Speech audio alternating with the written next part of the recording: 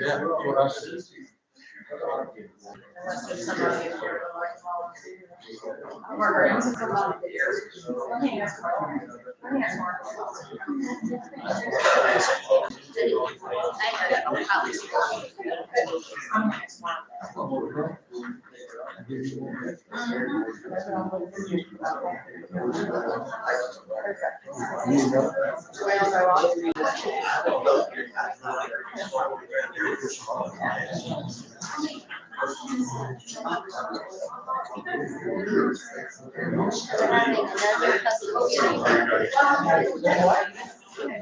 have to do. Something about having to advertise. Oh, she's gonna be.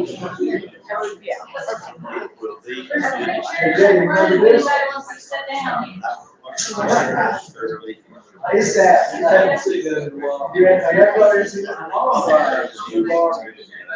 they bought these shirts for us. Yeah. It's really trying. He tries to make everyone happy, It never worked.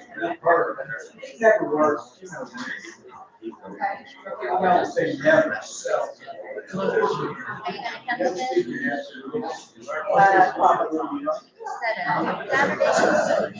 Yeah, I think I'll try to.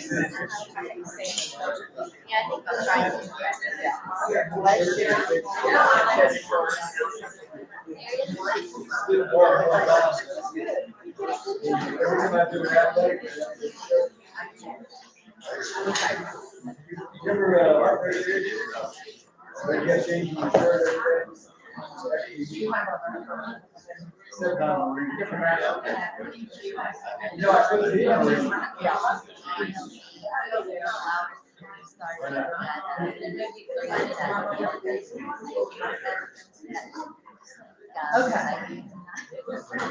Whatever it takes. Hey, they've heard every kind of variation. Okay, we're gonna get started here in just 1 second. There are a few seats left if anybody would like to find their way up this way for a seat. Many of you already know we have a system. If you would like to speak, filling out a speaker's card, we will call on you when you want to speak related to what the topic is that we're going to be discussing. So if anybody wants to get a card and fill it out, please do so right here, feel free, and then give it to Miss Kessler in the white jacket. Okay, and I'm going to keep saying it because I'm going to get up again right away. Call the BMA meeting for the town of Unicoi, Monday, November 21st, in session, and we do not have Eddie Blazer here tonight, but I have asked to step in. Mark Ramsey, a long-term servant of the town. Mark, would you pray for us, please, and we'll do the pledge. Lord, thank you so much for this beautiful day, for this beautiful place we live in. We each show an interest and care for this valley you placed us in, and we pray for each of these aldermen and the mayor and the staff. We count on them to do your bidding, to do our bidding, Lord, and to guide their hearts and their minds in each thing they do, each thing they say. We pray that they'll always focus on your will for this town and for your people. We pray for those who are sick and for the ones that are hungry and homeless in this area, in this season, this time of Thanksgiving. We have so much to be thankful for, and we just pray, Lord, that you stay with us and guide each one of us. In Jesus' precious name we pray. Okay. Judge, you want to lead the pledge? Judge, would you like to lead the pledge? Salute.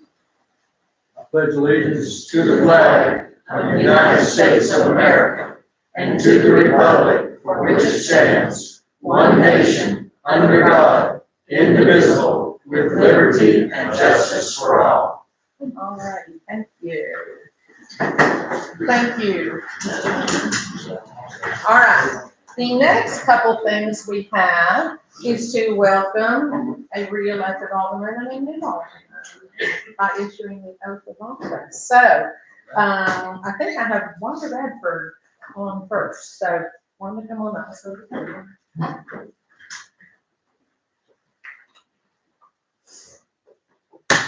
congratulations on your reelection.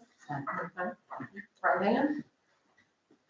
I, Wanda Radford, I, Wanda Radford, do hereby solemnly swear do hereby solemnly swear that I will faithfully and impartially that I will faithfully and impartially preserve, protect, and defend preserve, protect, and defend the Constitution of the United States, the Constitution of the United States, the laws and the Constitution of the State of Tennessee, the laws and Constitution of the State of Tennessee, and the ordinances and regulations of the County of Unicoi, and the ordinances and regulations of the Town of Unicoi, and to the best of my ability as always.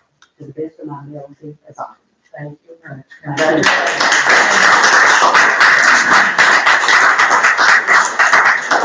Kevin, join me at the podium. I said, surely somebody's got a camera. All right, Kevin, ready? Ready. I'll share this with you. I, Kevin McIntyre, I, Kevin McIntyre, do hereby solemnly swear do hereby solemnly swear that I will faithfully and impartially that I will faithfully and impartially preserve, protect, and defend preserve, protect, and defend the Constitution of the United States, the Constitution of the United States, the laws and the Constitution of the State of Tennessee, the laws and state and competition the Constitution of the State of Tennessee, of the United States, State of Tennessee, State of Tennessee, and the ordinance and regulations and ordinance and regulation of the County of Unicoi, Tennessee, of the town of Union, Tennessee, to the best of my ability as to well. the best of my ability as I will.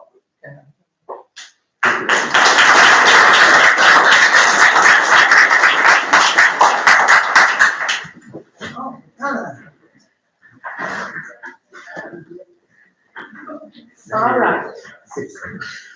Ms. Kester, would you call roll, please? Alderman Lemon. Here. Alderman McIntyre. Here. Alderman Radford. Here. Vice Mayor Cooper. Here. Mayor Boyd. Here. Okay, Alderman, y'all received minutes from our previous meeting. And I believe you've had time to review those. We will seek approval for those if there's a motion to approve. Motion to approve. Second. Motion and a second. Any questions or concerns about those minutes? Okay, call for a vote, please. Alderman Lemon. Yes. Alderman McIntyre. Yes. Alderman Radford. Yes. Vice Mayor Cooper. Yes. Mayor Boyd. Yes. Okay, for citizens who have not had an opportunity to complete a request to speak, the forms are up here. I'm just saying it again to make sure that everybody realizes if you'd like an opportunity to speak on any of the topics that we will be going over in our agenda tonight, we'd ask you to fill that out for us, please. I'm gonna assume that everybody has turned one in that is wanting to speak, okay? Did you receive any requests for comments from email or anything else? No. No others were sent in, okay. All right, then we will move on to old business. The first item being discussion and consideration for the first reading of the ordinance 2022-311, an ordinance of the Town of Unicoi, Tennessee, to rezone property at 185 Golf Course Road or 100 Country Club Drive from R1 low density residential district to R2 medium density residential district.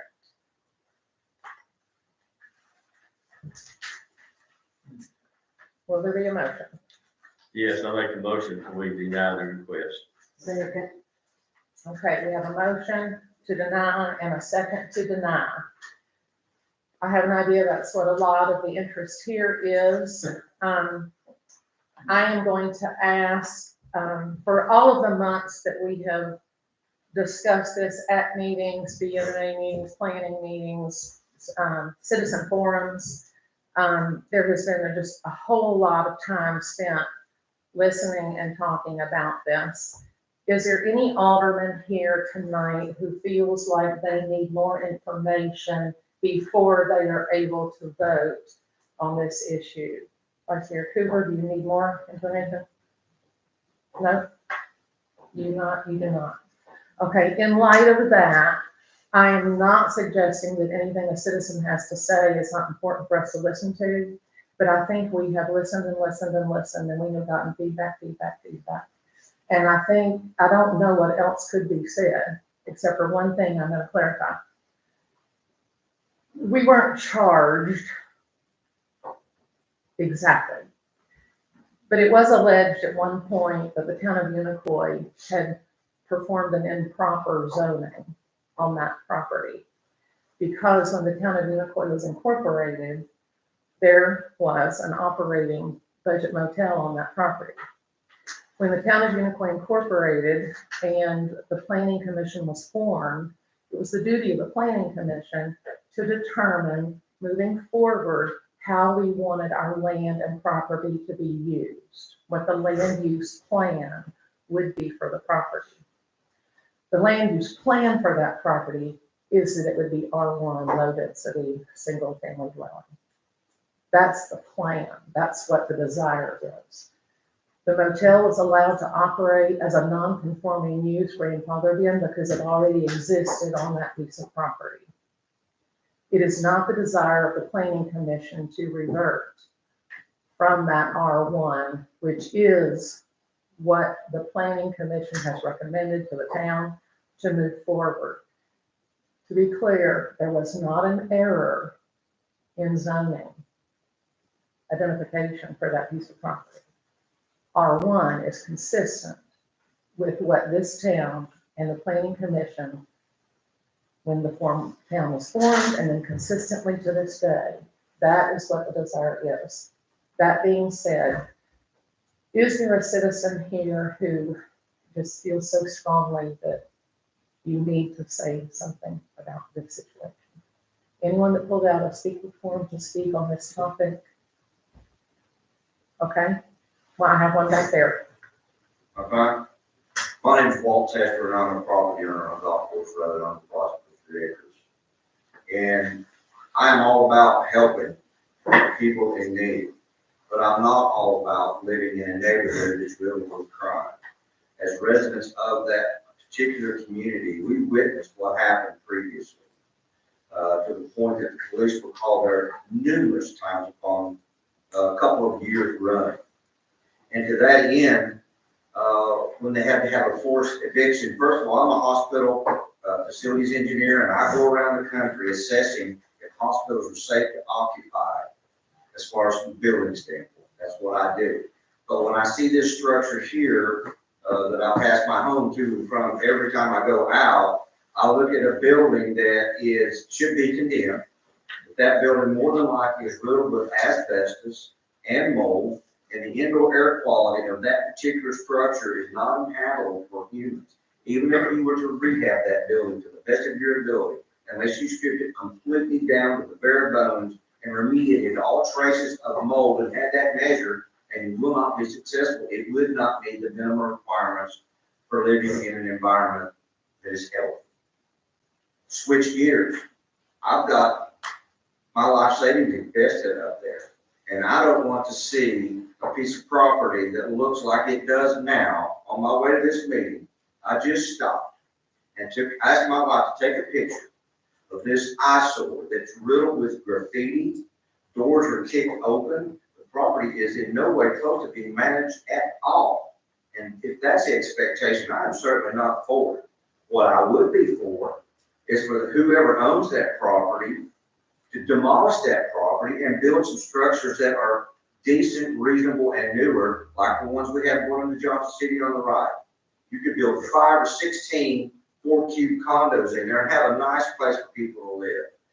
From what I understand, proposed action is to allow this to carry on as the way it did before with the motel. And we're just not for that. That's going to bring trouble.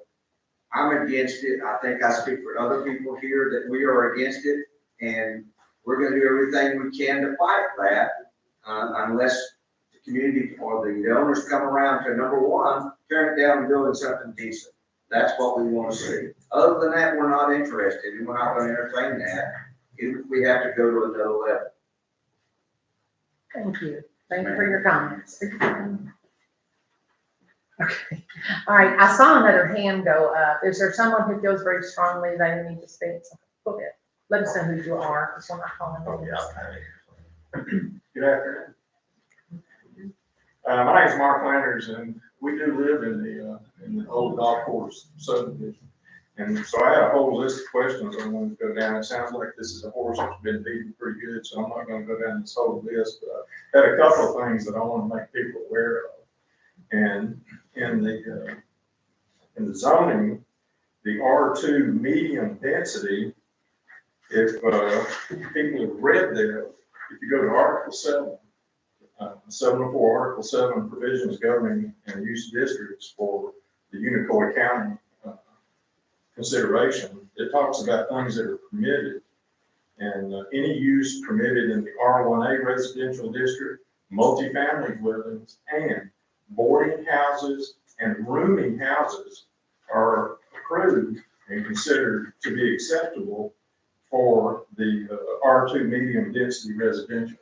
And also in that document, what you see is boarding houses are not defined, rooming houses are not defined. So that's kind of like a carte blanche thing. So if you had something like this, you know, what would be allowed? Would you rent it by the hour, by the day, by the week, by the month, by the year? I mean, what would be allowed? Who has oversight on this? You know, what is the owner's plan for this, or is there any plan at all? You know, or occupants, are they gonna be required to fill out a background check? If so, what does that look like? You know, if you gotta do it, will they have a deposit that's required on them? You know, who manages this business? Would it be somebody on site or somebody, you know, in another state, you know, managing it from afar? You know, if they got I've heard they've got a management company that would do this for them. Do they have a service agreement with this company? If they do, what does that service agreement look like? You know, has any of that been done? You know, and the other thing I would ask is, you know, has anyone done a risk assessment yet for the impact of approving this property for R2 medium density? You know, what is the risk assessment meaning? You know, how is that gonna tax the services that we provide in the county and the city? It could be anything, ambulance service. Thank I you. think you had more than 2 minutes. I'm sorry. That's what I kept saying, are you coming, are you coming, are you coming? I'm sorry, okay. Thank you for letting. It's very consistent with a lot of what we've heard. Anything else, or we will go ahead and proceed to vote? 2 Hello. minutes. 2 minutes. I'm the owner of the property, and the amount of rumors that have been spread is just hideous. It's crazy, all these rumors. I'm available. My information is on the back. I've been to every meeting. I want to answer your questions. Such as, will there be a deposit? Absolutely. We've already discussed that. What is the deposit gonna be? It'll be a month's rent and a 1-year lease, not hourly, daily, or weekly. We'll be doing background checks. Nick, the sheriff, I think he's sheriff, Chief of chief police. of police, will be conducting the background checks for us. He already volunteered. I met with him first. How you guarantee that's not gonna change over time once you get through? Okay, use your 2 minutes if you'd like to engage in conversation with him. I'd be glad to meet with you afterwards. I am here to answer your questions. I got my information at the back. A lot of this rumors is just not anywhere near truth. Ask me, and I am willing to talk on all of this. We're trying to avoid reopening it as a motel. I want to convert it to apartments where we'll be doing tons of renovation, mold remediation, will be certified clean by the state. We have to go through all of this inspections, and all of that will be done. But you gotta do first step first. First step's rezoning, then we'll be permitting, then we'll be doing remodeling. All of it will be done according to the government mandates and standards. That's all I want to say. Thank you, Mr. Miller. Board, let's vote. Ms. Kessler, will you call on for a vote, please? Just to clarify before we do, we are voting to deny, right? The motion was The to motion is to deny the deny. request to rezone. Okay. Alderman Linder, Yes. Alderman McIntyre, I deny. So you're voting yes to deny? Alderman Double Radford, yes. Councilor Cooper, Yes. Mayor Boyd. Yes. Okay, thank you for all the citizen input. Okay, moving on, new business. Approval of agreement between Clinchfield Credit Union and the Town of Unicoi to locate an ATM machine in the parking lot at Town Hall. These discussions have been going on for a while. It is actually a company from Nashville. I'll go ahead and let people have a little time to move around so that they all stay focused. Okay. A company in Nashville will actually construct the ATM machine. Clinchfield has operated in Irwin for years, and with all the users of Clinchfield that live out toward the town of Unicoi, there's never been an ATM site to make it convenient for them to use. So they would like to put this ATM machine there. You see in the packets what it would look like, sort of. It may not look exactly like that in your packets. It will be located on the side of Town Hall that faces 107. There are cameras, there are security cameras at our police department at the end of Town Hall, which will inadvertently be able to pick up any information that we might need to retrieve at any certain point in time. We have no liability whatsoever for the machine or the money in it.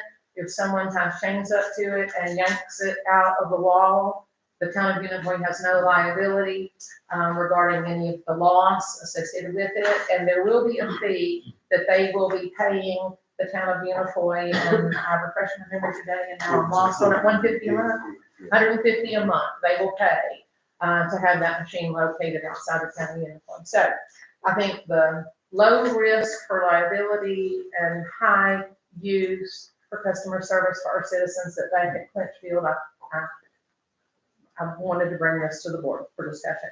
If we have a motion, we'll discuss it. Motion in a second. Second. Okay, I'll make the motion, second. We're good. Any further discussion, board members? Yes, I talked to our police chief today, and I was gonna have him look at this, because he had not reviewed the details that have been provided, and Debbie, did he have to come in and look at the, No, he's sick. he's sick, okay, he did not. Well, the problems I've got is it talks about, it don't say how much space they're gonna require. It wasn't listed in their criteria, it just says space.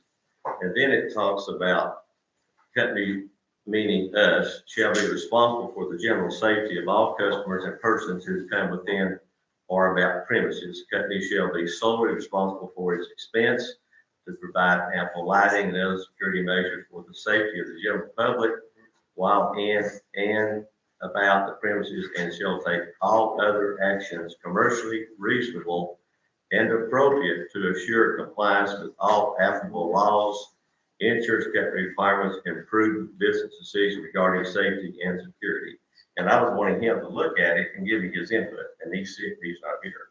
Okay. So I really can't vote on this until, Officer Elliott was with us when we walked around and discussed it.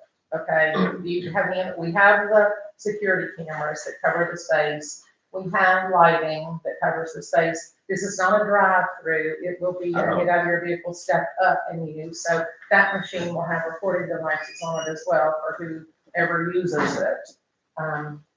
What? Understand our only cost will be providing an electrical outlet available to these folks, is that correct? On that back wall.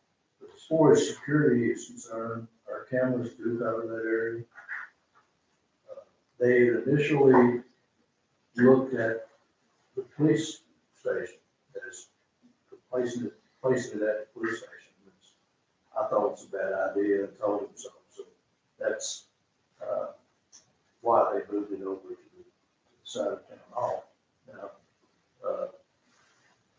I wasn't aware of that verbiage, Vice Mayor, that you just read. I don't know what that means. Does that mean if someone is injured, if someone is accosted or robbed, are we liable for that? Again, that's why I called our police chief and wanted him to look at it and get his feedback tonight. And I'm sorry he's sick, but that's why I called him. I wanted to get your all's legal standpoint. He has to put us, so I was suggesting, 10. Ms. Jones, do you have any input you would like to share with us? Well, the Governmental Tort Liability Act would help protect the town from any liability so long as there's not gross negligence by the town. It sounds like this just asks for ample lighting and security measures, the cameras that we already have in place. And that sounds like we already have what we need.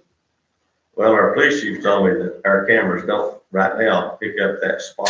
He told me today that on the telephone. It does not pick that up. And I guess I'm worried about traffic. So I'd really like to let us look at this before we jump at it. I'd like to get our police department's input to it. Because it's a 3-year lease, if we approve, it's a 3-year lease. Yeah, should have the space also, Absolutely. how much space they require. Because they could come in here and, do whatever they wanted to, what space they thought.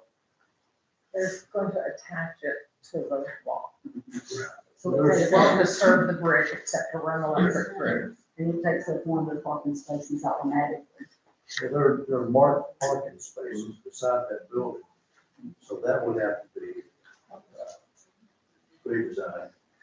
So someone could be able to park at those spots if you don't have access to the ATMs.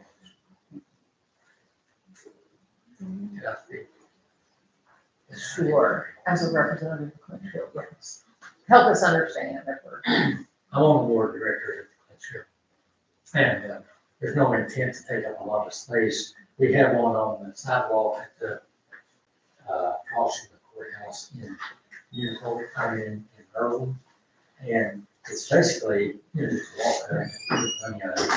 It's just to serve the members of the credit union on this end of the county. And we've never had any problems with any of it. So I think it's a good location and would be well protected. Okay, any further discussion? We have a motion and a second to approve. I didn't make the motion. I claimed it. Oh, He said it. okay. I thought you said that. No. I claimed it. Kevin seconded it. Motion and a second. So any further discussion, board members? We're going to need to make a vote on this based on where we are in this process. So, Ms. Kessler, call for vote, please. Alderman Lemon, Yes. Alderman McIntyre, Yes. Alderman Radford, Yes. Vice Mayor Cooper, No, Mayor Boyd. Yes. Okay. On to Resolution 2022-347, a resolution of the Town of Unicoi authorizing the mayor to make a signed submit application requesting $630,000 of community development block grant funds to assist with making improvements to Massachusetts Avenue. The Town of Unicoi will provide a local match of at least 12% of the project cost. We have a little work session on this. This item and our next item last week. This is to work on phase 2 of Massachusetts, which is above Jess Hobson and below Mallard Crossing. I get my parts. That would be phase 2 of the project. These funds would not be awarded until late in 2023. If even, it would be 2024 before we were ready to work on them to actually get a project underway. But a lot of preliminary work associated with attempting to get these awards, get these funds granted through this legal process. So, any further discussion, board member? Make the motion. Motion to approve, Ms. Ryanford. Second? second. Okay, thank you, Vice Mayor. Any further discussion? Yes, we had a long discussion of this project, and I think that, board members have heard me the other day, and I'll enlighten you all. Where it talks about 12% of the project cost, that's misleading. It's up to $630,000. And if the project came in at 2 million, the town would be responsible for the rest of it. I want to be sure everybody understands that, okay? The inability of the town to match that would cause us to refuse the grant funds, and we'd be back where we were. Well, I just use a figure, I just do that number out. If it's $1 million, they'll only pay 630, then the rest of it's on the town. So it's not really 12% of the total project cost, okay? It is 12% of the total project cost, not the 630. Yes, but we are limited, they'll only pay 630. Okay? That's the maximum. Yes, that's the max, yes. Okay. Ready to vote? Ms. Kessler? Alderman Lemon, Yes. Alderman McIntosh, Yes. Alderman Radford, Yes. Vice Mayor Cooper, Yes, Mayor Bullock. Yes. Okay, now our next item is an engineering firm to be associated with the planning and the design and the needs to address the particularly stormwater runoff, flooding, sinking of the asphalt. We know the sewer line is good, that it is sinking the backfill with the asphalt on top. So if we are granted funds, we will have to have an engineering firm to design that for us. We met in work session as well and reviewed 3 different engineering firms. I'm going to keep use this right here. LDA, Mattern and Craig, and Ball and Melton sent in documentation for us to review for their qualifications, and we voted. We didn't vote, we scored them. We didn't make a vote, but we did score them based on the criteria that First Tennessee Development District gave us. And LDA is who would be awarded, should that grant funding come in, it would be LDA who would get that project to review and design. So we need approval from the board for that. So I think we are ready. Make a Need a motion. motion? I make a motion to approve. I'm sorry. Second. Motion and a second, thank you. Ms. Kessler, and further comment? But Mayor, I'm sorry, I know I'm out of line here, but this is not the engineering firm that you used for the assessment, is it? I don't think we've used them. Have we used them? And therefore, it was not the engineering firm that was in charge of that. No, that's that High project. Cedar. I had to. No, I Singer didn't do that section. It was, it was somebody else. Okay, I don't as think. long as I would just sit here and strongly recommend not to use. Best of my, Well, the original that was over with, we in our discussion, he said he has actually dealt with all 3 that we did out to, that we brought in. And he said they were all excellent, and this one seemed like it had a lot of, that did this type of. a lot more stormwater focus and roadway repair, stormwater. But he assured us that all 3 of them would be good to work Yeah, I don't think it's the same one. But that's not a bad point to make, I get you. Okay, all right, we have a motion and a second, call for a vote, please. Alderman Lemon, Yes. Alderman McIntosh, Yes. Alderman Radford, Yes. Vice Mayor Cooper. yes, Mayor Bullock. Yes. All right, moving on, ordinance 2022-312, discussion and consideration for the first reading of ordinance 2022-312, an ordinance of the County of Unicoi, Tennessee to rezone property on Unicoi Drive from Planned Business District to B3 Intermediate Business District. Property defined as parcel 036.02, shown on Unicoi tax map 007. This is a parcel of land between IW Trailers and Whistle Stop, Howard Goods Road. It has been in the planned business district for a while. Obviously, we haven't expanded into those areas. There has been a request for single-family dwellings on that property, and the request for rezone has come in. It was recommended by planning that the BMA consider approving that rezone. So, Motion to approve. second? Second. Motion and a second. Any further discussion on that? Okay, call for the vote, please. Alderman Lemon, Yes. Alderman McIntyre, Yes. Alderman Radford, yes. Vice Mayor Cooper, Yes. Mayor Wolf. Yes. As well recommended from the planning commission, we have ordinance 2022-313, discussion and consideration for a first reading, the town of Unicoi to add a second drive entrance to property located at 5733 Unicoi Drive, property defined as parcel 11.01 with the county of Unicoi shown on the Unicoi tax map 005. My understanding, this is a property that it's fairly narrow, running the length of Unicoi Drive, and at this moment in time, they are having to back out into Unicoi Drive when they exit their property, and they ask for a second driveway. I think evaluation of the property determined there wasn't any safety issues, why they would not, no interference with line of vision, those sorts of things. Planning commission recommends approval. Motion, a second? Motion. Second. Thank you, thank you. Any further discussion? All right, Ms. Well, I saw that property, it's, I mean, there's not a blind spot or anything, so I don't think there'd be any problem with it. I think, yeah, there wouldn't be any reason to, it's more unsafe for them to be backing out. Yeah, so hopefully we can increase And their, they had allowed it footage too, there's so much footage you have to have the second. right, they've got the link, okay. Okay, call for a vote, please. Alderman Lemon, Yes. Alderman McIntyre, Yes. Alderman Radford, yes.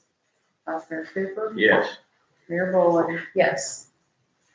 Okay, next, we have, for consideration and political agreement with the First Judicial District Drug Task Force, discussion and consideration. The State of Tennessee First Judicial District Drug Task Force, which is Washington, Carter, Johnson, and Unicoi counties. The purpose of the First Judicial District Drug Task Force, DTF, is to consolidate the effort, information, experience, and resources of the individual law enforcement agencies within the district in order to effectively investigate drug cases. I think this is, in our case, this is nothing but an enhancement to what we would have available to us. And there's plenty of drug cases going on. So, this is for approval. This, Chief of Police, Nick Hughes, recommended this. He would like to see this. And the cost on that, what actually is that when they broke it down in there, 2,000 a year? It's not mine, yeah, yeah, Because it's, I think for the county, it's $2,000 a year. it's not, yeah. Is there an alderman that would like to make a motion? A second? Make a motion to approve. Is there a second? Second. There a motion and a second. Any further discussion? Ms. Kessler, call for the vote. Alderman Lemon, Yes. Alderman McIntyre, Yes. Alderman Radford, yes. Vice Mayor Cooper, Yes. Mayor Boyd. Yes. Okay, thank you for all that action and work we got done tonight on the agenda. Now it's time for reports for officers and committees. And our Economic Development Board has requested to have a routine spot to report what's going on in our area, Unicoi Economic Development. It's got a new aura about it. What word did you use? Oh, It's got a you new. know, I thought you forgot director, so I was like. No. Austin Finch and Allison Woodward. Anyway, but its culture has changed, and it really is active and going to be doing things that help the entire county, including the town of Unicoi. So Austin and Allison, if y'all would care to hear a little bit what's going on. Absolutely. So, that's a warm introduction. I wasn't very familiar with what economic development looked like before I got here. Heard stories.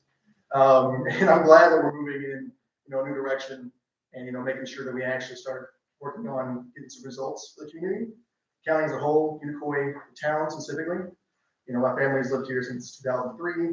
Unicoi's home to me, so I'm really happy to be contributing efforts back to this town particularly. So, kind of keep it short. We're going to keep the updates focused mainly on efforts here.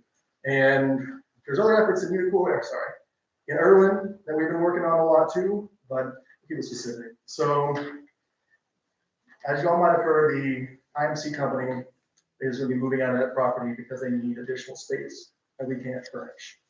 They're moving to Washington County. It's unfortunate. Upside is that gives us a new property in the market. And we've been doing that to different companies, especially ones from Germany. We have a hot lead that's very interested. There's a couple new hurdles that have emerged that we're trying to work through. So no promises just yet, unfortunately. But we're making that effort and trying to get those jobs to stay here or new jobs to come in, I should say. So, and we're also working on retail recruitment, which is going to be the biggest piece for Unicoi. We got the best property for it, best location, and we really need retail because we are a sales tax state. So that's been the priority. We had a great conversation today with a developer who works for a specific outdoor equipment provider. We're not supposed to mention names, so we're going to keep that hidden for now. But conversation went well. They gave us some tips as to how to go about recruiting them. Luckily, the Economic Development Board did complete a study on the real retail environment here, which actually shows that we're actually a heavy hitter for retail for certain industries. We actually support for hardware stores, for outdoor stores like Tractor Supply. We actually come in at 8 times what our population should support for those sales, 8 times. Because people come in from outside the community, come in from North Carolina, wherever else, they prefer to shop in Irwin. It's just easier in general, I feel like. So that's actually a major selling point. So we give that data over. We're going to show the properties we have available in Unicoi specifically, and hopefully we can, make some progress in those efforts. Another thing we're doing too is we're, continuing to leverage for more retail sales, and that's going to come from having new buyers come in, and that's where the tourism aspect kind of plays a role. And tourism can be can kind of split a crowd. What we're looking for isn't what you might find in destinations like Asheville. We're looking for the families who are already here, who come to hike the Pinnacle Trail, who come to see the National Forest. We want them spending money in Unicoi too, so that we can better improve our roads and our school and the different things that we know we have to work on.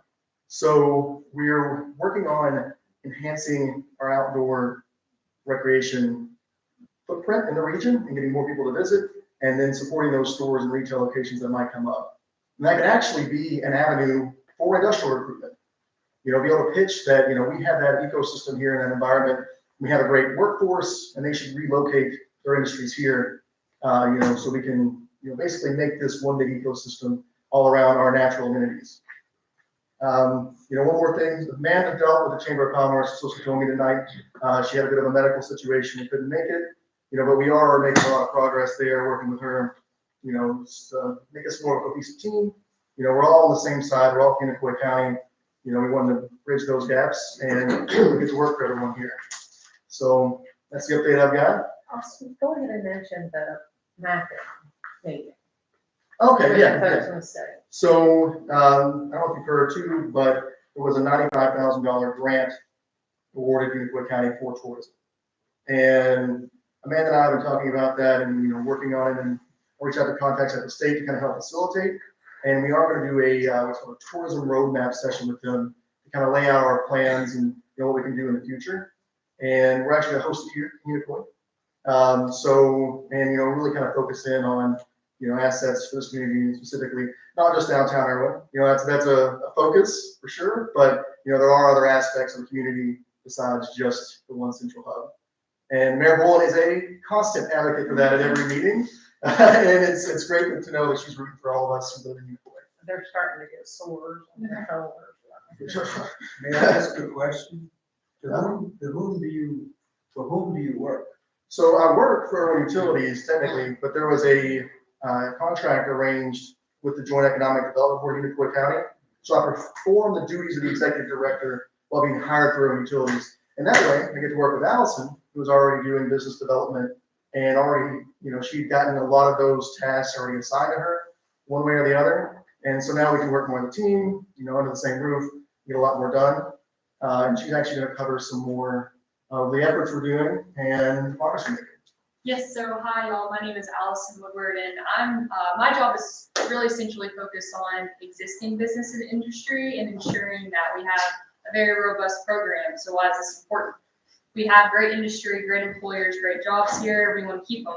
And it's another recruiting tool as well. So not only do we want to keep these jobs and keep our employers happy, but we also, when industries come and they look, oftentimes they stop and they speak to other employers, and we want to make sure that they're feeling supported. So a hot topic right now is workforce development. I'm sure we have all felt the impact of COVID and the pandemic, and then just suffering through some workforce issues.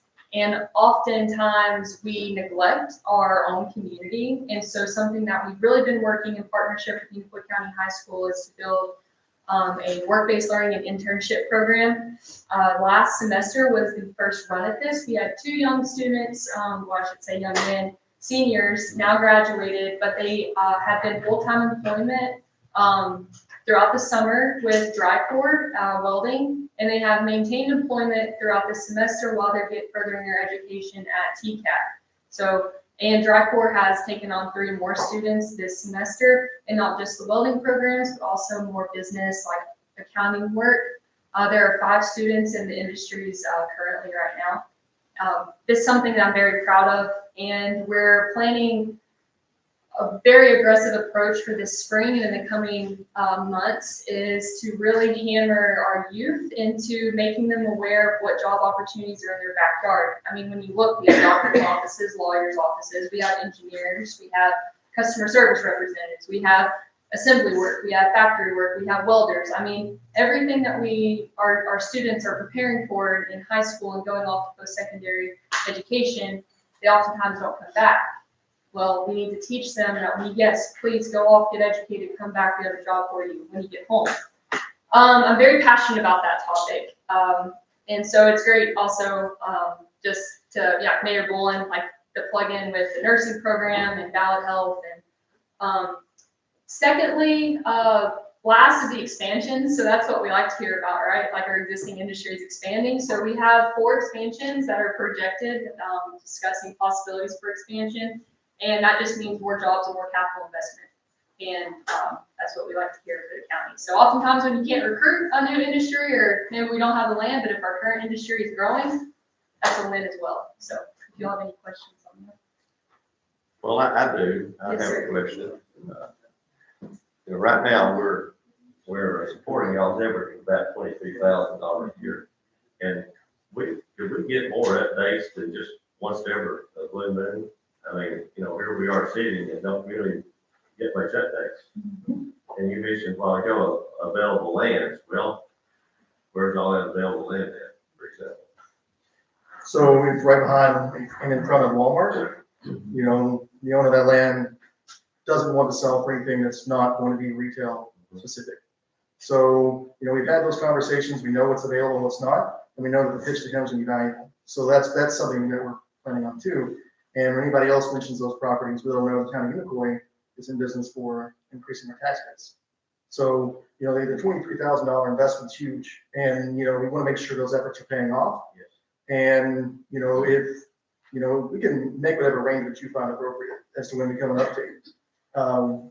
We are both talkers, and we will talk as long as you all let us. So if you would like us to come and give more updates, we'll do it. Or just a monthly newsletter to us. Yeah. Let us know what we're getting for $23,000. No, you bring up an excellent point, and if I may interject. So Austin's been here for about 6 months, and he's had the misery, I would say. I've learned from me. No, funny guys, just a laugh. But no, but honestly, so before that contract was established between the agreement between BMA and the Irwin Utilities, like not making excuses. I didn't really know my place to come and make updates and I didn't act on behalf of the board. I was just working. So, but now that it's actually, we're planning on quarterly meetings, but if you all would like for us to attend workshops or if you have questions, we want you to know, like, our phones are always open. You email us anytime and we'll come talk to you anytime. If you hear something, call us because we can't be everywhere. Well, you know, the money belongs to these people. Yeah. You know, all this. And Exactly. For them to know what y'all are doing with their money is what I guess what I'm trying to say. Yes. Yeah, so, you know, and we can't promise an immediate turnaround. You know, it's gonna take a lot of hammering the sales process, and along with that, you know, it may take us years to sell somebody as big as the retailer we're talking to today, but if we do, they'll generate in a month what we receive in a year for the town's tax revenue. And this is an investment that pays off, but I do think it's crucial that in the meantime, before something like that pays out, or the grants we write for these communities pay out, that they know that we're trying, you know, and do that piece there. So, yeah, we can arrange the newsletter, we can talk to you every month if you'd like. So it's whatever works best for you, because again, you know, it's crucial that we have that to make the right investments and, you know, get the right material out to these people. Because it's not free to necessarily do all the marketing. Well, you know, it's these people that need to know also what we're doing in our town here. Right. So, yeah. Austin is the one that made sure I got him on our agenda. He knows that he needs, they both do, to be communicating with us. So we'll just leave y'all as an economic development update. Okay. Is that okay? And you've already planted a few seeds about some things you're looking at or talking about. And I know y'all are fully aware of the golf course property out there. We don't have to go there right now. Not the budget property, but golf course. You know, and there's just so much out there that could be wrangled in. And it's not always easy. It takes time. But anyway, I appreciate what y'all do. And I think coming every month would be a good thing. Yeah, we can do that. One thing on like golf course property, the big problem right now is infrastructure and sewer as to getting houses or something developed there. And so what we need is grants for that, and that's what we'd be applying for, and helping make sure we get that. Those come out every so often, and right now we haven't been able to find one that fits it yet. But we did hear from the new Commissioner for Economic Development that he plans on addressing that kind of infrastructure projects for rural communities specifically next year. So we need to be on the lookout for that. And again, that's a couple-year turnaround time from the time they actually get it out, application and then implementation. But if we could get a grant like that, then we open up a chance for new housing. You know, and as somebody who just moved back home from Colorado, glad to be here, would like to go buy a house here. So we want to be able to, you know, make sure those opportunities exist. Sewer is the key to the golf. Yep. We're on it. Is your focus primarily on new business, or do you think about the business that's already exists? As far as retail and, yes, both entirely. You know, she's been focusing mostly on industrial retention. You know, that's one thing that, you know, is huge and not always looked at, because, you know, if it's already there, we'll pay attention. But if you lose something, it could be a bigger loss than any win you could have had. So that's something we focus on. As far as existing retail, though, you know, that's something that's really, you know, that was probably top of my list when I got this job, was to make sure we can support the businesses that already exist here, because those are the ones who, you know, make the jump, invest in us already, and, you know, we need to appreciate them and assist how we can. And so, again, that's where the tourism aspect comes in. We're only 18,000 people, and unfortunately, that can't support every aspect of every small business here. But if we can show them the businesses that we have and our charm and what we have to offer in Nicolay County, then we can keep those businesses afloat. I'd like to interject one thing in that, being a retired school counselor as well as many other things. I started a program many years ago doing pretty much the same thing, working with industry and trying to work with our high school seniors, getting into TCAD and other things. And what I would encourage you two to do, and you may not be aware of it yet, and I like what you have to say and your enthusiasm. However, the cold hard truth is, a lot of our local business people, including our school system, does not hire and or keep our locals who have graduated from Unicoi County High School, who have got master's plus degrees, 4.0 averages. They will hire people from outside the community that don't even live here, don't bring their money back to us, don't pay property taxes, they will be hired over our locals. So that needs to be encouraged that, and I've heard the whole time my children and grandchildren were in school, one of the things that was always said to me was we want to keep our people here. We want to keep them here. We need to build jobs. We need to make sure people stay within our community. But then you come up against a hiring process and people are hired that don't live here and that don't contribute anything to the community, and they're given the job over someone again who went through our school system, went away, was trained, master's degree plus, and was denied a job. That should not be happening. I mean, it's an oxymoron. I mean, you're sitting there, we're saying the same thing, and we've said it for 20 years or more, that we want to keep our people here, and we do want to. I want my children and grandchildren to be able to have jobs here, but that's not always the case.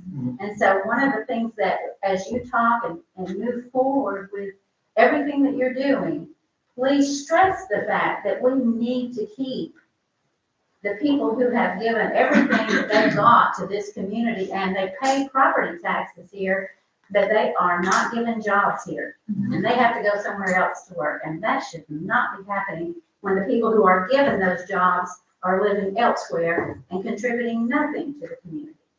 And that's just happening too often. Yes, ma'am. Mm-hmm. No, you make a great point. I mean, like, it's honest. I mean, and it's something that we hear it's the term brain drain. So we talk about our students leaving and never coming back, but where's the heart lie? I mean, it's not the student's fault. It's not, it's a cyclical problem that needs to be addressed. Absolutely. I want to throw some out. Oh, I'm sorry. I'm so. Just one quick point to that too. I completely agree with you, and that's a major focus. And Allison is like the best champion this county could have for our students. But the story also goes both ways, which is interesting, is they feel like sometimes that the students don't want to stay here. And when I went to speak at the high school and, said what I did and said, what I think about this county and our future, and then asked them, how many of you all want to stay in Unicoi County? A group of about 150, about 2 raised their hands. And I said, all right, well, how many want to leave and never come back? I couldn't count the hands. But that's typical of that age group, because they're going to say that, they're gonna let it escape, that they also want to come back home. Yeah, exactly. And we gotta make sure we have the environment that we want to go back to as well. And, the jobs in place, the things to do in town, and that's all how this melds together is, I completely agree with that. As somebody who might have hit the door at 18. I taught you also. I know, I didn't bring it up, but, but, You did good. you did a great job. I'm so glad you're back. Yeah, thank you. I'm glad you. Okay, real She quick. did a great job. You on the other hand. No, just real quick, Kevin, I know you were asking about local businesses that already exist.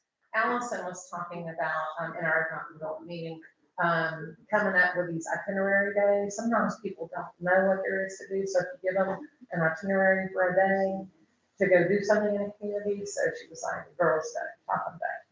Go steel rails, go into a couple of shops there, some cracker beans, come out to Connie's place, eat lunch at Whistle Stop, and come up with a little itinerary, go look at. And, just something, a little list. So I'm advocating. We're on. Yeah. I'm really pushing on county employee day. They got bruises on that. We would both live here. They got bruises on that. We've got a lot of bruises. Yeah, thank y'all. It's actually funny, like, it's like where we work in, our office in Irwin, but, oh man, you're gonna run for alderman or whatever, like, we live in a town. Yeah. Don't tell Irwin I said that. Yeah. We gotta try to stay popular everywhere we can. Thank you all for your time. Thank you, guys. All right, Thank you all so very much. much. We'll see you next month. See you then. All right, History Committee. Otherwise known as Buffalo Valley Historic Association. Yeah, we need to change that. Buffalo Valley Historic. Jean Mall. Last week we held our Veterans Day lunch, and we had about 30 people here. Wonderful lunch, I'm told, better than what they served the other night at the hotel. So, and that was good. Ooh. Yeah. So anyway, one of the things we're looking at, I think, is that the day before was Veterans Day.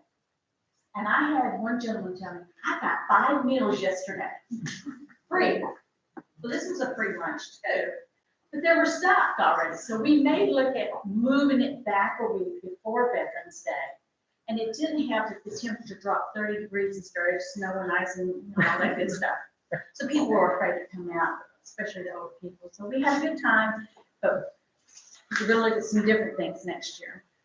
Christmas at the Cabin is coming up on December the 10th from 4 to 7. If you have children or grandchildren or neighbors, just grab them all up, put them in the car and bring them down to the cabin. We'll have a candy cane hunt at 4 o'clock. Santa will arrive at 4:30. Santa and Mrs. Claus will arrive at 4:30.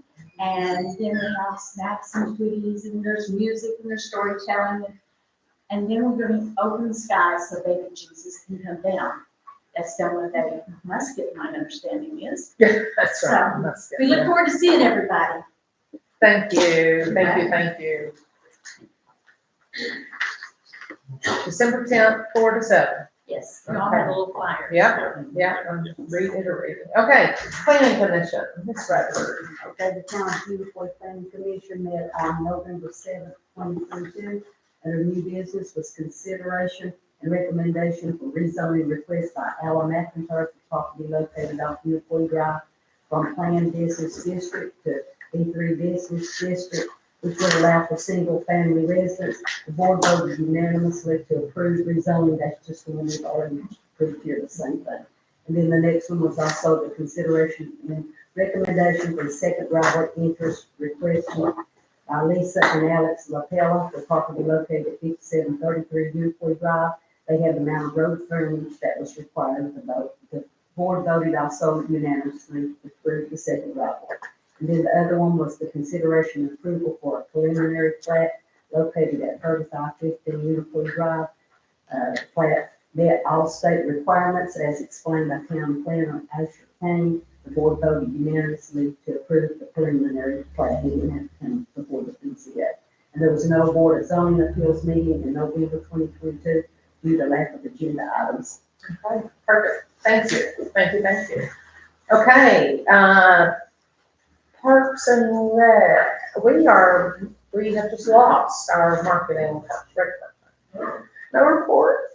Police Department, Alderman, you've got a paper at your seat. You missed the kitchen. Oh, I did, I'm so sorry. Well, hey, let me finish with police. Y'all got a report here, about police activities. Nick was gone last week for a full week of police chief type training, and he was a bit overwhelmed when I spoke to him today, just obviously things for him to think about and consider. Mountain Harvest Kitchen, you also have a report in your packets, Alderman, that you can refer to. I noticed 5 years worth of data, and we didn't do as well last year, but we're back this year almost to where we were 2 years ago. I think that's kind of steady. Got some new clients potentially coming in, and municipal court report, Ms. Kessler, your Okay, for the month of October, we had $591.25. That was revenue. Litigation tax was $40.43. Department of Safety fines were $70.06. Municipal training, education fees were $3.80. And the CIS fees were $100. So the net distribution was $376.96. We had a total of 6 tickets. Most of those were all Aaron Ambler. And one was a violation of proof of insurance, 3 were speeding, and 2 was fire lane parking.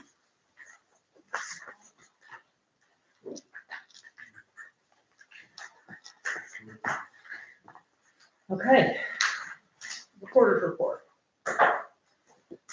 Okay, for the reporter's report, the road projects, October 24th, the mayor and I met with Terry Haynes, and we went out to look at Fagan Bridge, which is a bridge that we're looking to replace, similar to what was done with Oak Drive.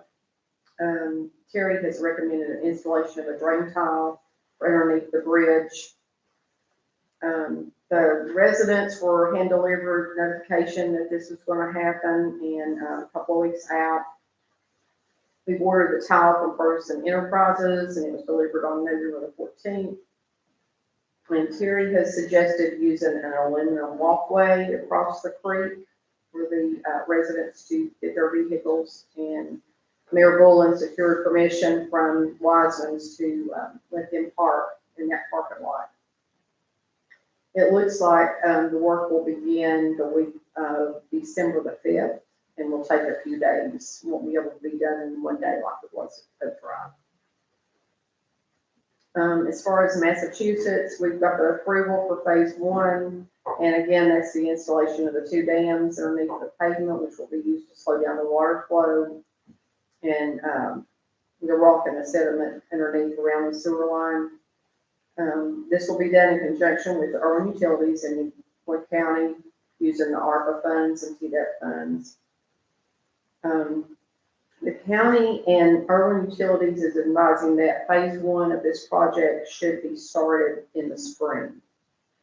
This is due to getting all the parts that they need, manhole covers, and also installing those and filling in with rock around to allow some time for that to settle, and then warm enough to do the paving.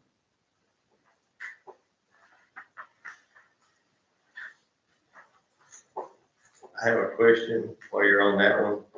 Could the county or Irwin Utilities give us some ideas of what they're actually gonna be doing, where they're gonna do it? You know, we talked about walls gonna be put in, where do they go? Can they give us more information? Because right now, we don't really have anything on it. Yeah, I think Jason Foster has all that. He needs to provide us some information, please. And on the bridge repair, how much that, does Terry have an estimate of cost? He's thrown out a number around 60,000, maybe 70,000, something like that. Okay. You know, that we could also use some ARPA money for that as well. When we talked about First Tennessee Development District, they started this applying for the CDBG grant. They extended the deadline till April of 23 to get all this in. You know, we're also waiting on the surveys. I don't know if maybe Mayor Boyle would like to talk about the surveys that we're waiting on from the schools that will play a role in this as well. Yes, the CDBG block grant that we are gonna request the maximum $630,000. You get some little tip points if you're serving at-risk population. And because Unicoi Elementary School is on Massachusetts, we can use that population. So First Tennessee Development District came up with a survey for us, for the school to send out, which they have, and we've gotten a number of them back. Hopefully we're getting a second push on those. And then we also were able to send those same surveys, or will be sending those same surveys out to the students that come in to the Telemon Head Start down in Unicoi.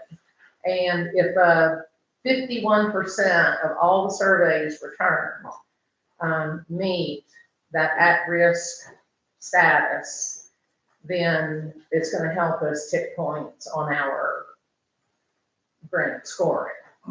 So gathering that information helps us. Gathering that information helps us a lot. Because it's not only serving the folks that live on Massachusetts, but it's serving those folks that come and go on Massachusetts every day. And there's just hundreds of school kids coming and going on Massachusetts every day. So that's part of what's going on as well in preparation to submit for the grant. Vice Mayor Cooper, did you want to talk about the EMS building? Oh, sure. The annex building or the golf course maintenance building that we're preparing for the EMS to move out. The paperwork's been submitted to the fire marshals in Nashville for their review. And when they hopefully look at it next couple of weeks and come back to us, then we can get with our local fire marshal and get a game plan together to do what we have to do. And the thing that they're told us, we have to have fire rating area where they sleep around one room. And, we gotta have a sprinkler in that room also. So as quick as we get that back to the state, we can jump on and try to get it finished. But right now, we're on sort of hold till we get that back from them. But if anybody wants to see it, give me a buzz. I can meet them there and walk you through it, show what we got.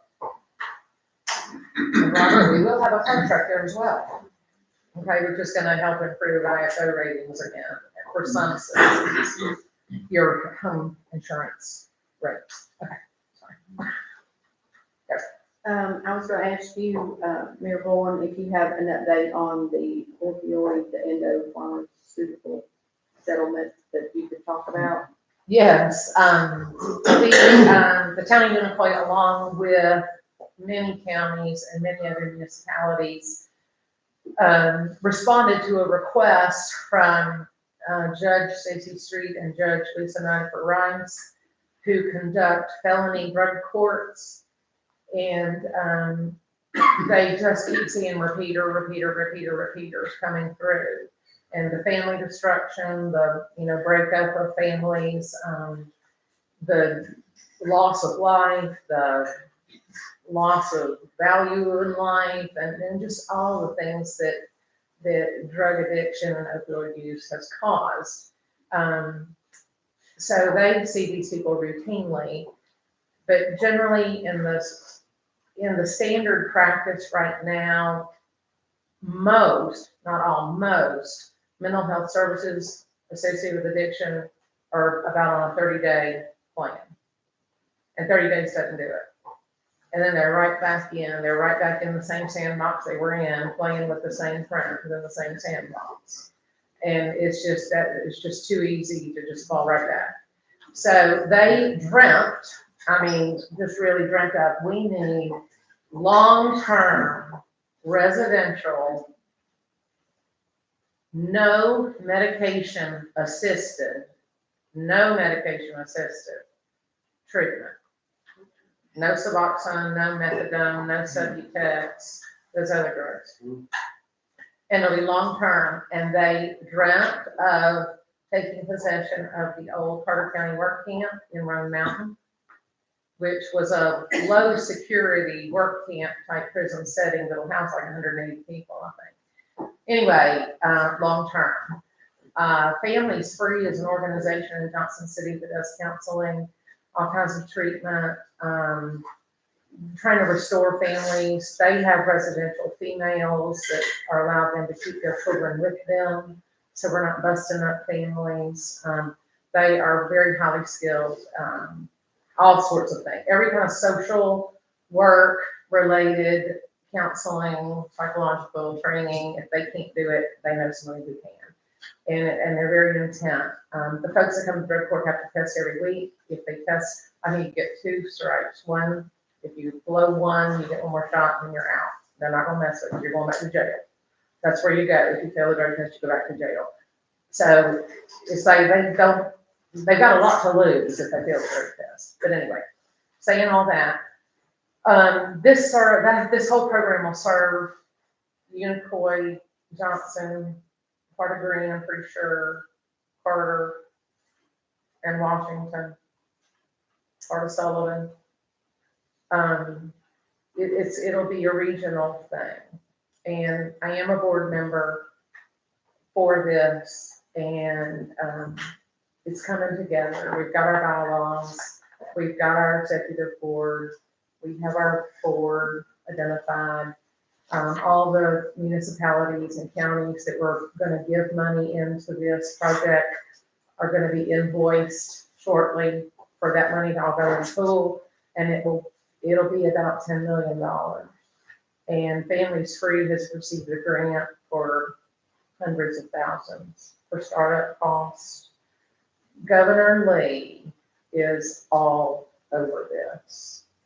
He is all over this because of just the constant merry-go-round of folks coming into the court system and filling up jails, and they're not getting what they need to do better in life. So it's innovative, it's new, it's different.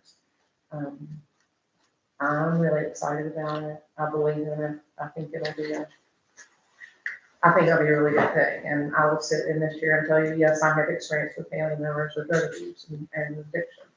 And from where I sit, is it. So I'm all in.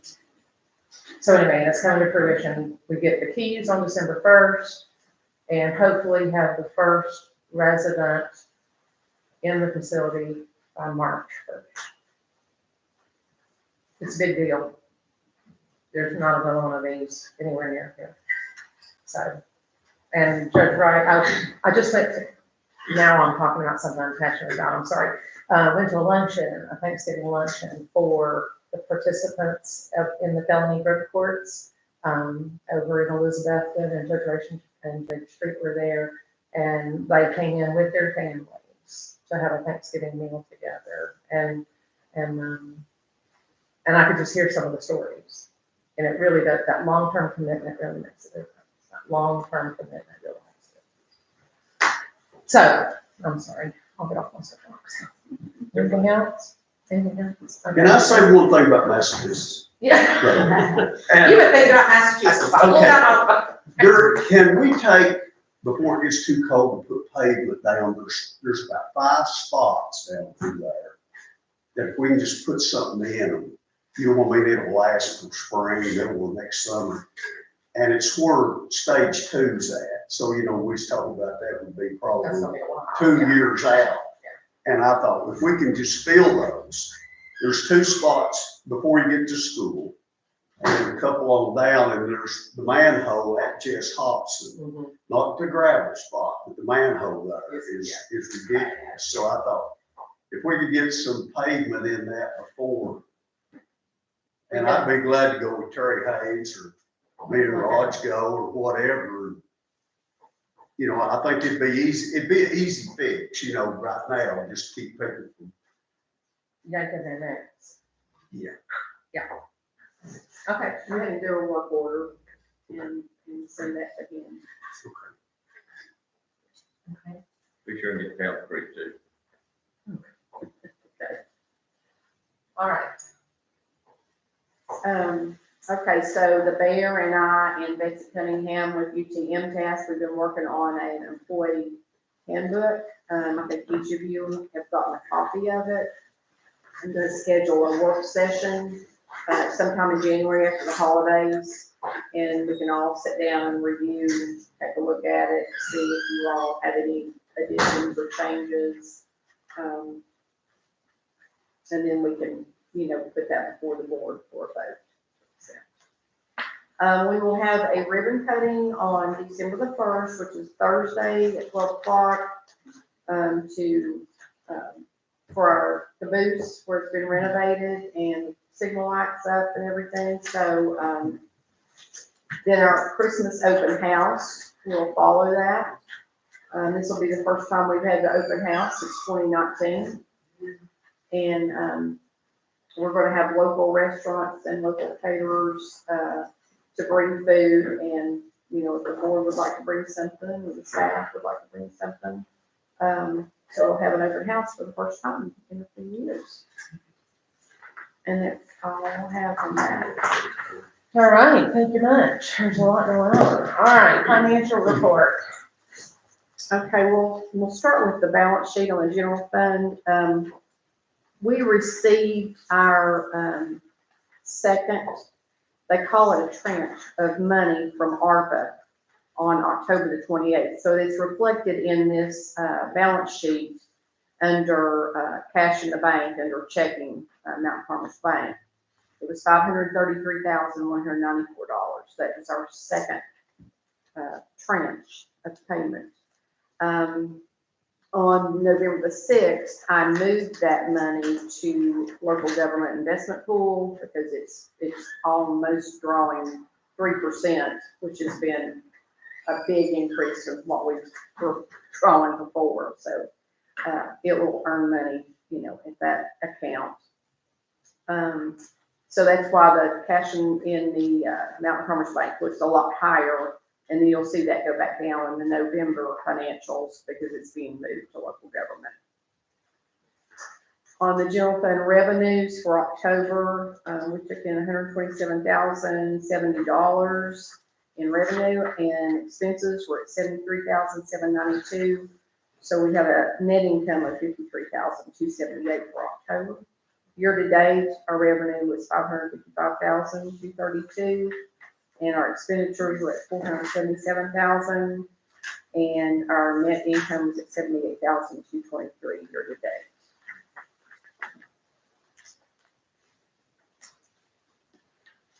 I think we have one grant that's outstanding for reimbursement on Mountain Harvest Kitchen, and hopefully that we'll be collecting that. It's just a small one, just a couple $1,000, I think.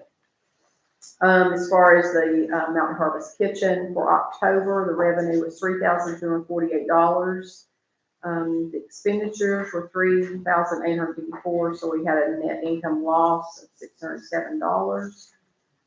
Year to date, revenue was $16,166. Expenditures were $25,632. So year to date, we have a $9,465 loss in the kitchen. I think we need to watch that real carefully, that loss figure. Well, I mean, we budgeted, I think, what, 37,000 transfer from the general fund. Right. So if you're looking at, through October, it's 9,465. Right. So I think the utilities are gonna be higher on that fund, just because it's all gone up. It's gonna probably hit every location that we have, the utilities are gonna be higher. Well, that's your Plus, guess. again, that, all the insurance that hit at once, for all the buildings, so. Well, that's your guess, it's supposed to be going up that 20%. Let's see, I don't know if I marked the graphs, I think I had them at actually the very end of all the financials, which I apologize for, I didn't mean to do that, but, our local option sales tax, for October was $57,433. That's a pretty big drop from what we had the previous fiscal year of $65,898. So year to date, local option sales tax was $275,395. Is that reflecting the grocery tax? Well, we did have those 3 holidays that we didn't collect any taxes. Food Yeah, and And then the different whole things. month. Yeah, it's a couple of months behind. Okay, so next we may see a decrease. Okay. The state share, I believe, is behind that. That came in higher than what the previous year was. It was $36,650 for October.